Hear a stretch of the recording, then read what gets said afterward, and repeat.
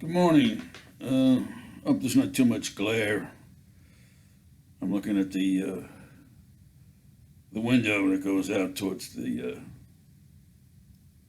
front lawn and the street, and there's a lot of light today. So anyway, this is really more about talking than looking at my face. Anyway, I do hope you see all those paintings behind. I'm at a quandary of what to do with all these paintings. But I have decided to use a product which you may be familiar with. Something called Command is the brand name. And they have these wonderful little hooks. And these hooks, they're clear plastic, and they're probably about an inch and a half, maybe 3/4 of an inch wide, maybe 2 inches by 3/4 of an inch.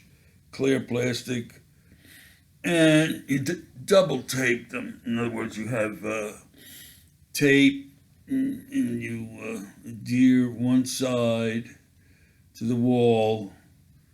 Then you have another piece of this two-sided tape, which you adhere to the hook, and you therefore expose now two other sides of adhesive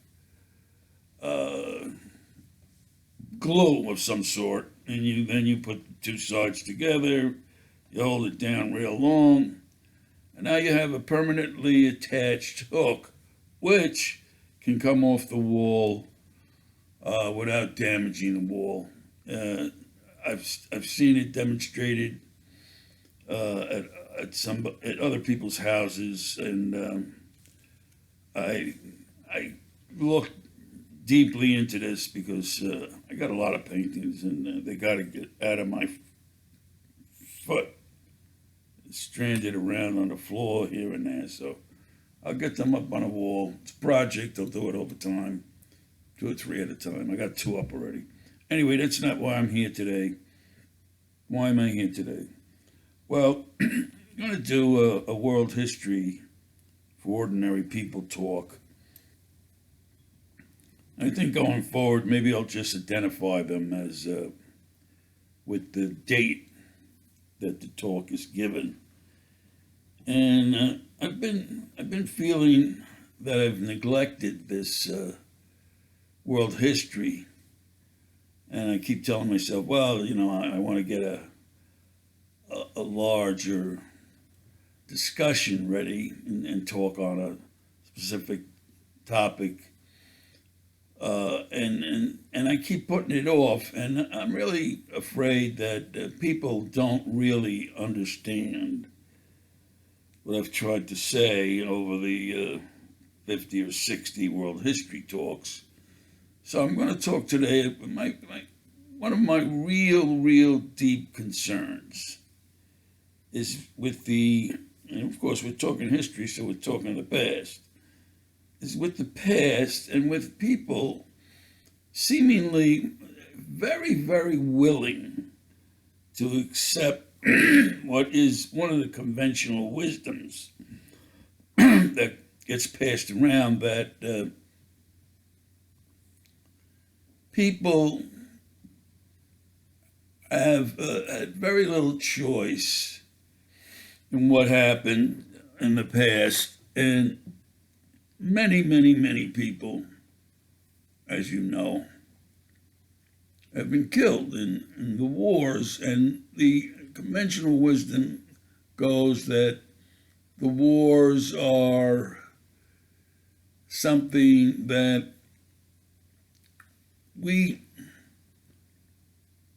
forced to accept as a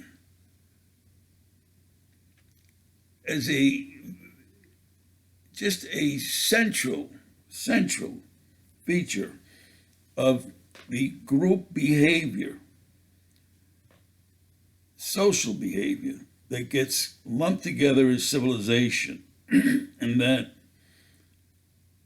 as the result of the behavior of the past, we are somehow, we have somehow improved life for all people. But somehow that is the mantra of many a philosopher, and certainly many of the people who live today and in the past. They feel that, well, the kings, the nobles, the politicians, the elected officials, whatever, they're doing things, and when all is said and done, we have a better prospect of life here on the planet. We will live out our allotted 80 years, and we know what we're supposed to do. We're supposed to go out and try our best to become wealthy, to try our best to have all the luxuries imaginable. And then you're on the right path. And wars have helped us stay on that path. For the most part, wars are fought either for monetary reasons or religious reasons. And oftentimes the religious reasons, if you look into them, they're also fought for monetary reasons. So theoretically, the wars are fought, and the rulers tell the people who are going to be taxed and have to pay for this war that you're going to come out on the top. You're going to have more trade. Prices will be pushed downward because of the increase in trade and other factors, and that therefore, although war can be seen as a horror with all the millions dying, at the end of the day, it's also a good thing for us. And this is the conventional wisdom. And most people buy into it. I can't understand how they do that. How can they buy into, like, slaughtering millions of people is a good thing? You just can't. The only time is that might work is if the real bad guys are running through your streets killing everybody, and that's a big if. I'm not talking about, the way World War I or World War II started, okay? I'm talking about actually some entity for no rational reason is in your streets and killing everybody. Then I could see you going out and taking care of business. But generally speaking, that is never the case. The case is that the big guys decide it's time for a war. We need to improve the economy. We need to get rid of a certain type of people. We want to, and that includes certain types of religious groups, et cetera, et cetera. We need war, and we need the people behind us in these wars because they're going to pay for it. And plus they're going to be the ones taking this sword. They're going to be the ones being butchered. So it's put out there as a good thing. I mean, you think of the famous Lord Kitchener war poster, and I think it was for World War I, a big picture of him pointing to the multitudes.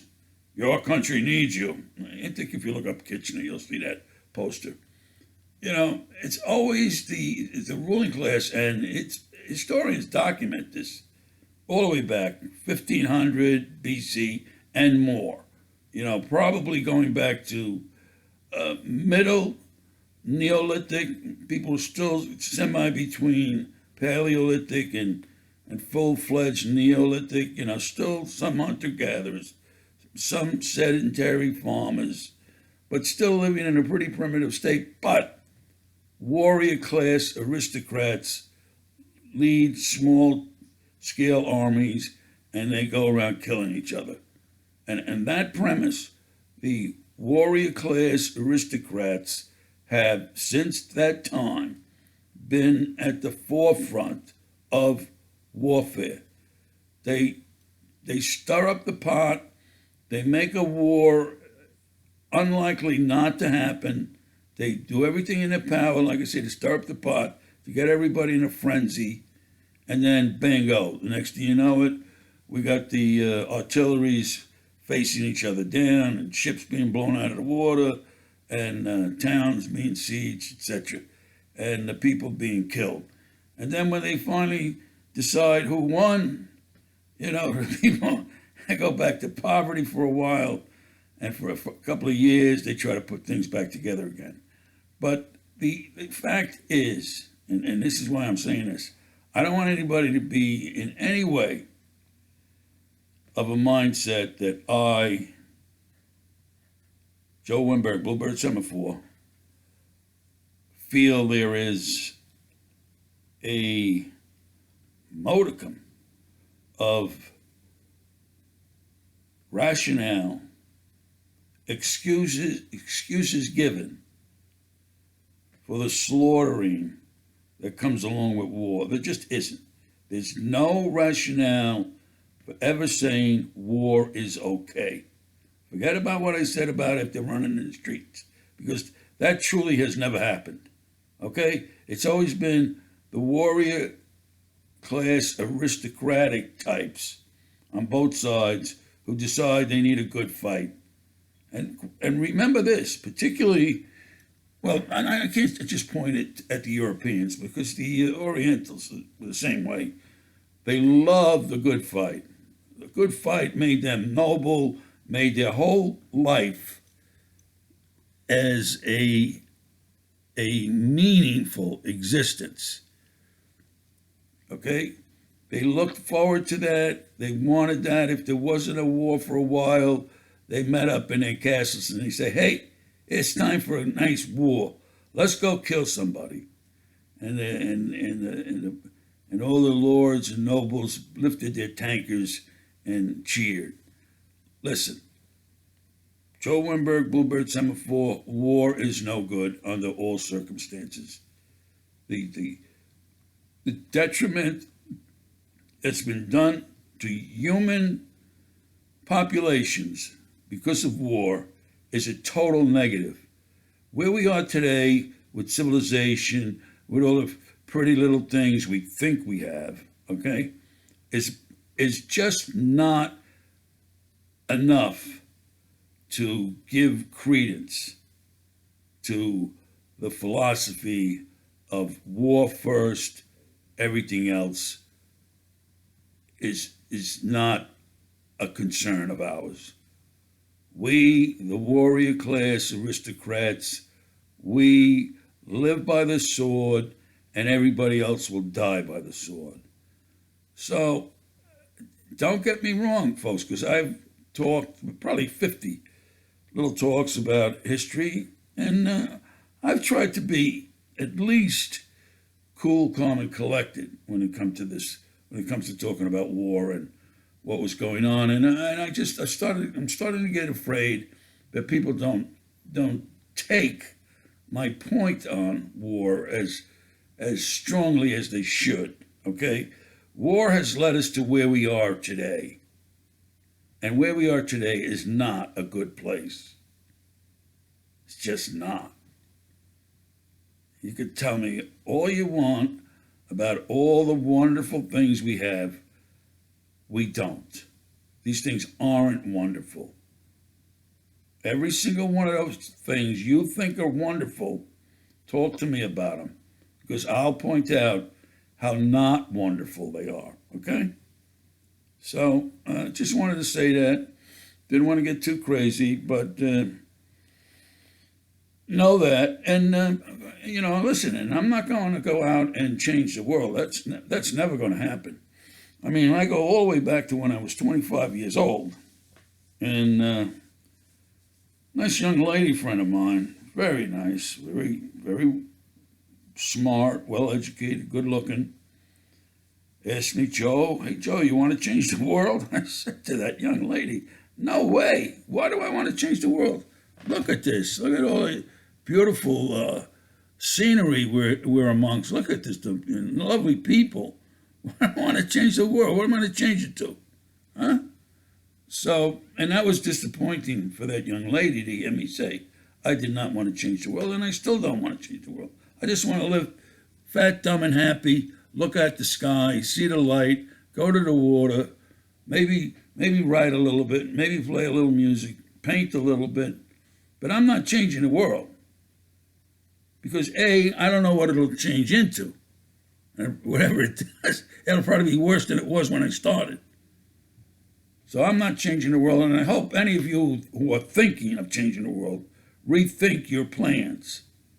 Just try to live within your means in a peaceful fashion. Enough said. I don't want to go lecturing and all that garbage. Listen, nice talking to you. I'll talk to you again. I seem to be concentrating more on trying to get music videos up, and I'm going to keep working on that. And I assume that Bluebird Semaphore will be in operation for the rest of my life, at least. Maybe somebody will pick up when I go off to the great Blue Yonder, whatever it's called, and keep Bluebird Semaphore rolling. It hasn't been tremendously successful. I'll be the first one to tell you that. But and there's probably good reasons for it. A, I don't think I present well. B, I don't use any of the technologies that are offered, stitch this together and stitch that and do this and take this file and add another file, post this, post that. I don't think that's what any of this is about. This is supposed to be a platform to exchange ideas. That's all. And they just want to keep making it much more than that.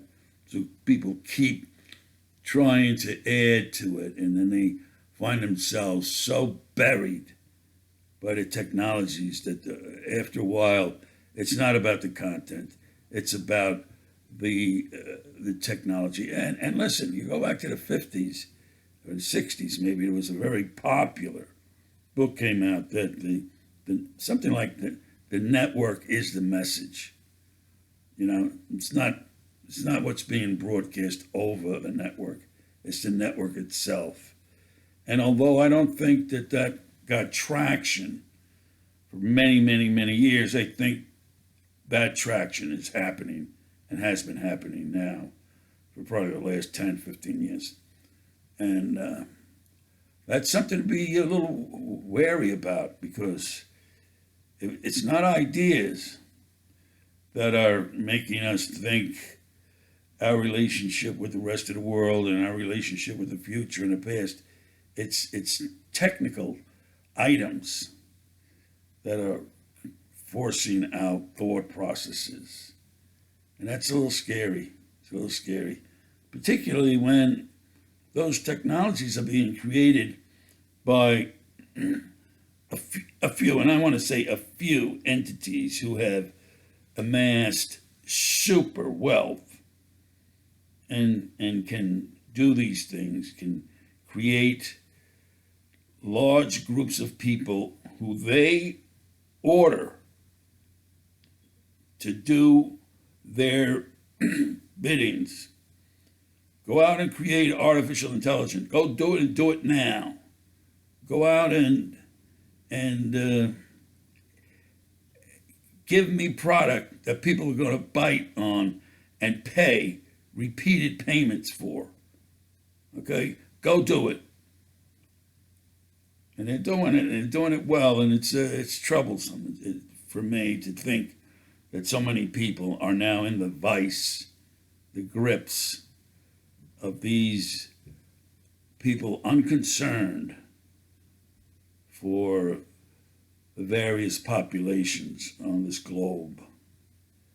Unconcerned, care about one thing, themselves, and their grandiose image of themselves, and now they want to keep expanding that image. Folks, if you're listening, turn that stuff off.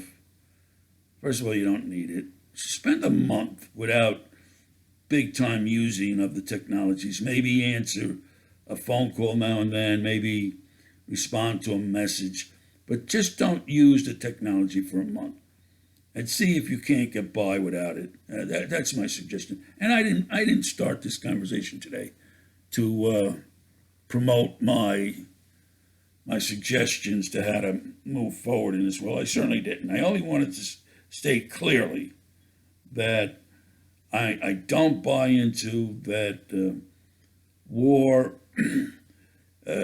pushed civilization and the outcome are good. I don't believe that. I believe that the way war pushed civilization, the outcome is bad. And we're sitting in that badness. You can't tell me that the civilization we have today is better than the civilizations we had yesterday. You can't. Now, those civilizations we had yesterday were just as murderous and depraved as ours is today. But ours is worse. So, you do what you like. You want to go be a yes man or a yes lady and say yes to all these people and these things, be my guest. Personally, I would suggest turning them all off for a while. Go about your life peacefully. Do what you have to do to get enough money to meet the monthly nut, you know? And then maybe start to come up with thought processes that are truly your own, and not some monkey man out of Silicon Valley, or what is it over there where the Great Wall is? Peking. It's not Peking. It's Beijing. Okay? Try seeing if after a while of not paying attention to all this nonsense, you can't come up with some of your own ideas that you will eventually know far outweigh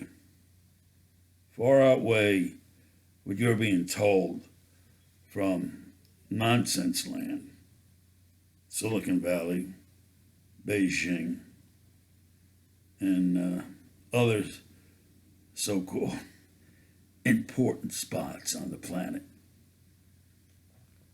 Well, folks, I could go on and on, as you well know, but I'm not going to. I'm going to say thanks for listening, the one or two of you who do, and have a nice time. We're well into March. Well, not well. We're probably maybe about 10 days into March. So real spring will be here soon, and I look forward to that. On that note, I'm going to say bye-bye.